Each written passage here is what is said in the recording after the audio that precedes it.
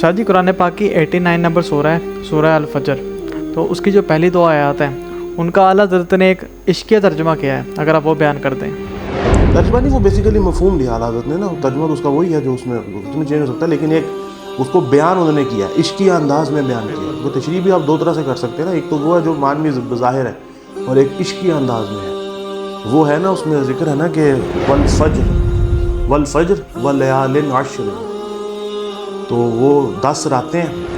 والفجر والا جو کنسیپٹ ہے نا وہ اعلیٰ حضرت نے بیان کیا کہ شب لحیہ و شارب ہے۔ لحیہ کہتے ہیں داڑھی کو، شارب کہتے ہیں مونچھوں کو۔ لیال عشرین کا مطلب 10 راتیں ہیں، تو یہ 10 راتیں دیکھیے گا کیسے پوری ہوتی ہیں۔ اعلیٰ حضرت نے فرمایا کہ شب لحیہ و شارب ہے، دو ہو گئی۔ شب لحیہ و شارب ہے، رخ روشن دن۔ شب لحیہ و شارب ہے، رخ روشن دن۔ گیسو دو، گیسو دو ہوتے نا، یہ گیسو دو، شب قدر و برات مومن۔ کتنی راتیں ہو گئی؟ 4۔ داڑھی، مونچھیں اور 2 گیسو۔ مشگاں کی صفیں 4 ہیں۔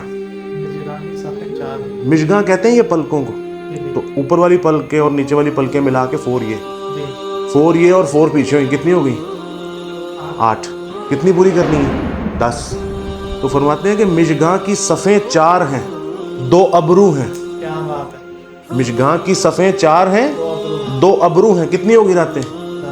والفجر کے پہلو میں لیال عشرن، والفجر کے پہلو میں لیال عشرن۔